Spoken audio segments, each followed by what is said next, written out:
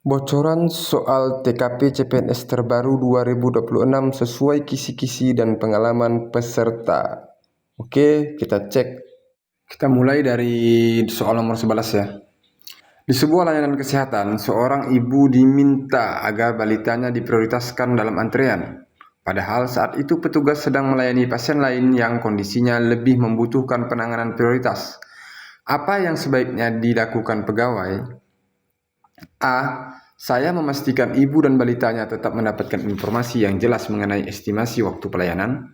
B. Saya menyarankan ibu tersebut menunggu sebentar sambil memastikan pelayanan berjalan sesuai prosedur.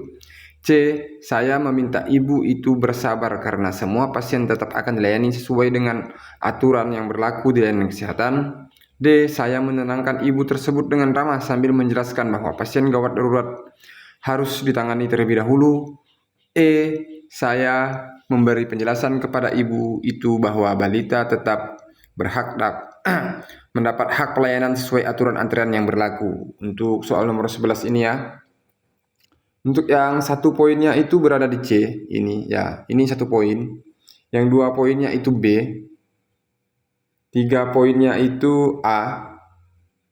4 poinnya itu E, dan yang 5 poin itu D ya. Jadi untuk opsi D ini 5 poin.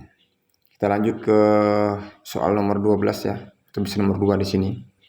Oke. Di sini Anda sebagai warga negara, sebagai warga desa ya, yang sedang ikut kerja bakti memperbaiki jalan yang rusak.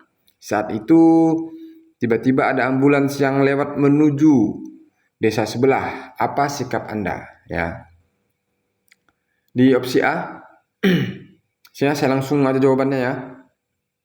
Pikir di yang 1 poin itu A, membiarkan warga lain yang lebih paham jalan mengurus sementara Anda melanjutkan pekerjaan agar tidak terbengkalai.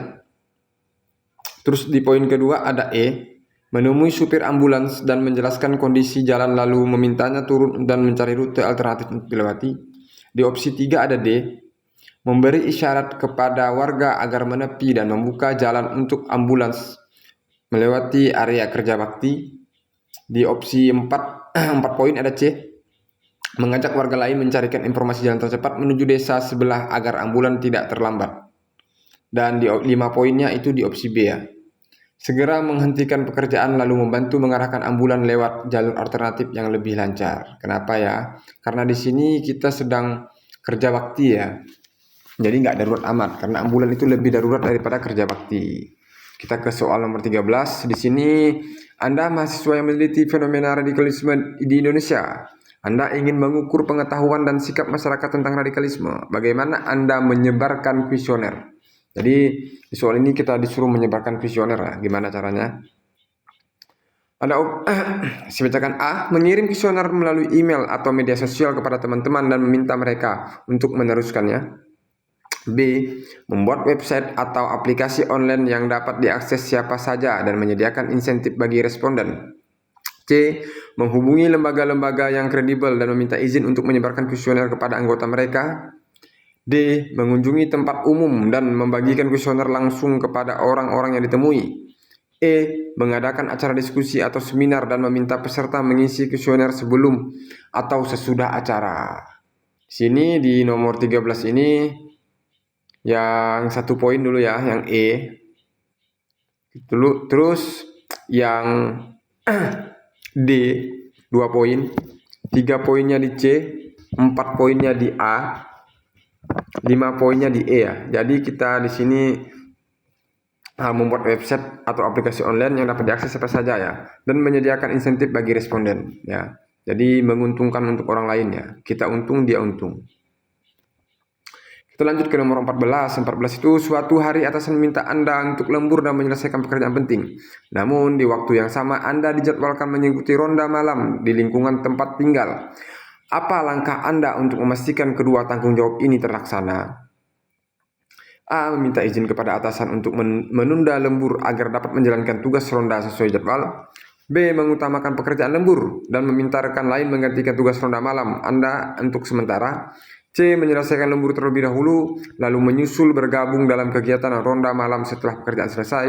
D. Menjalankan tugas ronda sambil mengerjakan tugas lembur agar dapat dijalankan secara bersamaan. E. Meminta atasan menjadwalkan ulang pekerjaan lembur agar tidak bentrok dengan tugas ronda malam. Di nomor 14 ini poin 1 ada di E, ini ya. Terus poin 2 ada di D. Poin 3 ada di A. Yang 4 poinnya di B dan C 5 poin. Jadi menyelesaikan lembur terlebih dahulu, lalu menyusul bergabung dalam kegiatan ronda malam setelah pekerjaan selesai ya. Meskipun capeknya luar biasa, cuman itulah yang 5 poinnya terletak pada di situ ya. Kalau saya pribadi nggak akan melakukan hal tersebut. Oke ya, kita ke soal nomor 15 ini ya. Sebagai Ketua Karang Taruna ya, Anda mengorganisir pemuda untuk gotong royong membersihkan balai desa. Namun beberapa pemuda menolak berpartisipasi karena merasa tugas tersebut seharusnya menjadi tanggung jawab perangkat desa. Apa yang akan Anda lakukan untuk menyelesaikan situasi ini? A. Mengedukasi mereka tentang pentingnya gotong royong untuk membangun solidaritas di antara warga desa. B. Meminta perangkat desa turun langsung untuk membantu agar pemuda merasa lebih termotivasi. C. Menyampaikan bahwa gotong royong adalah bagian dari tanggung jawab bersama dan manfaatnya dirasakan oleh seluruh warga desa. D. Membiarkan mereka tidak ikut serta sambil fokus pada pemuda yang bersedia bekerja bersama.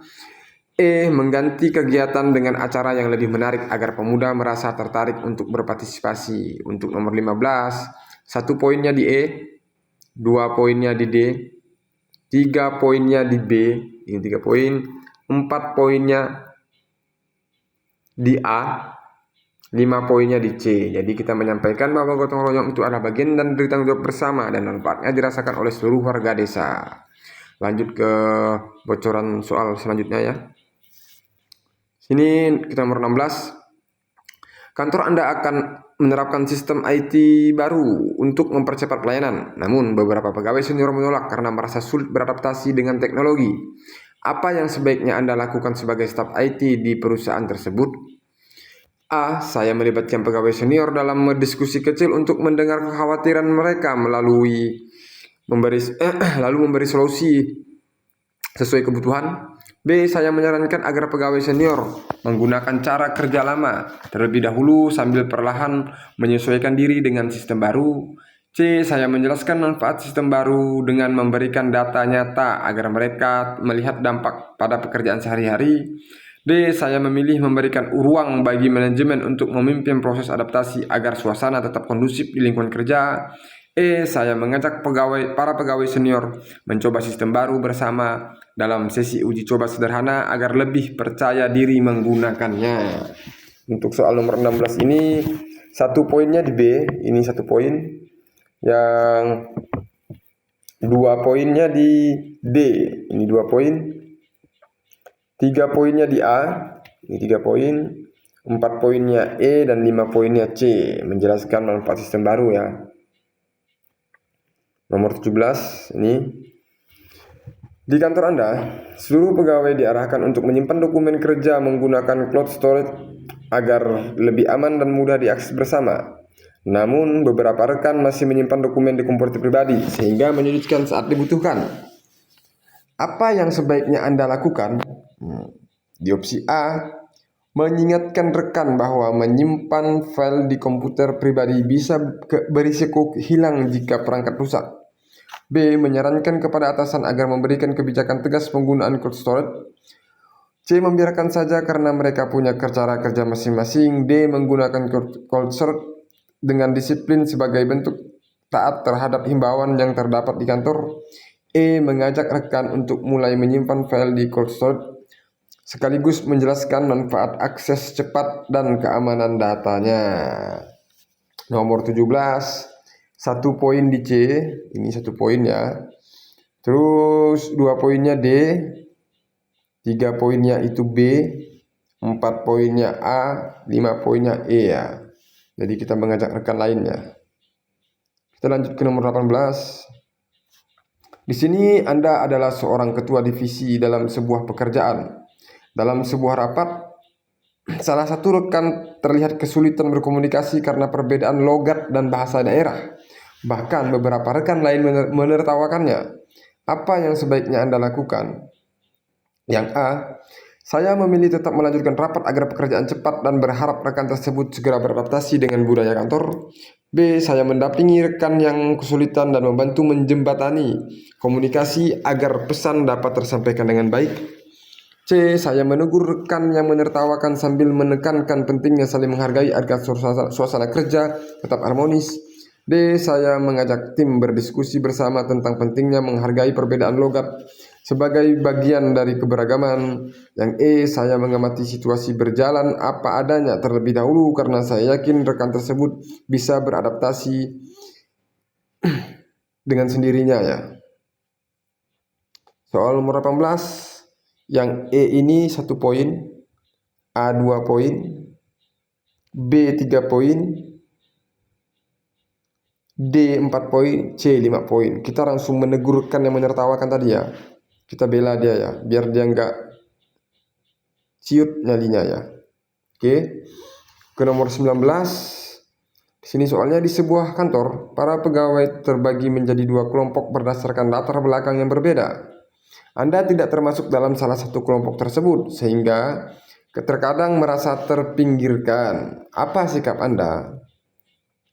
A, membangun komunikasi pribadi dengan beberapa orang dari kedua kelompok agar lebih mudah diterima.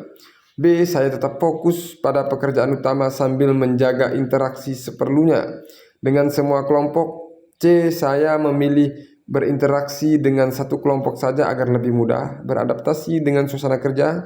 D, saya membatasi keterlibatan dalam kegiatan bersama karena merasa kurang cocok dengan kondisi tersebut. E, saya menjaga hubungan baik dengan semua pegawai tanpa memihak kelompok tertentu agar tetap harmonis. Di nomor 19, 1 poinnya itu di D, 2 poinnya di C, 3 poinnya di B, 4 poinnya di A, 5 poinnya di E ya. Tetap menjaga hubungan baik. Dan saya rasa kalian semua menjawab E. Nomor 20 di sini ya.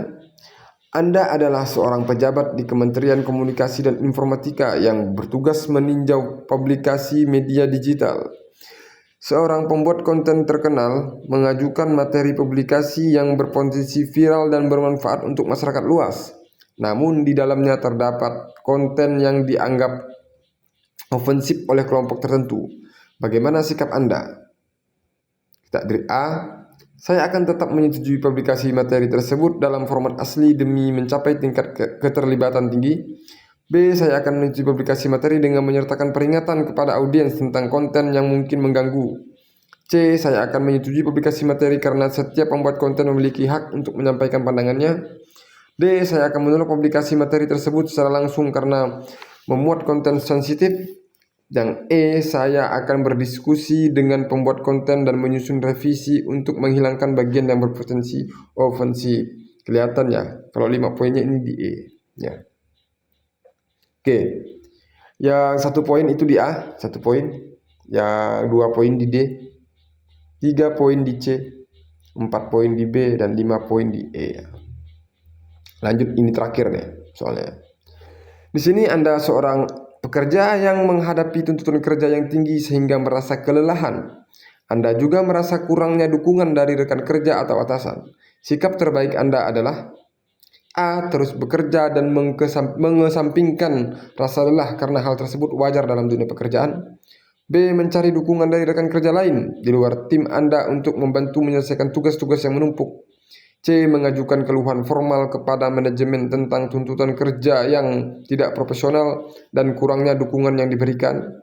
D, mengambil inisiatif untuk mengatur ulang prioritas tugas dan mengkomunikasikan dengan jelas kepada atasan mengenai beban kerja yang tidak bisa ditangani. E, mengundurkan diri dari pekerjaan karena merasa tidak mampu mengatasi tuntutan kerja dan kurangnya dukungan. Udah pasti jelas yang E ini 1 poin ya. 2 poinnya di A, 3 poinnya di C, 4 poinnya di B, dan 5 poinnya itu di D ya. Oke, sekian untuk bocoran ini ya. Kalau ada bocoran lagi nanti saya upload lagi bikin konten. Oke, terima kasih.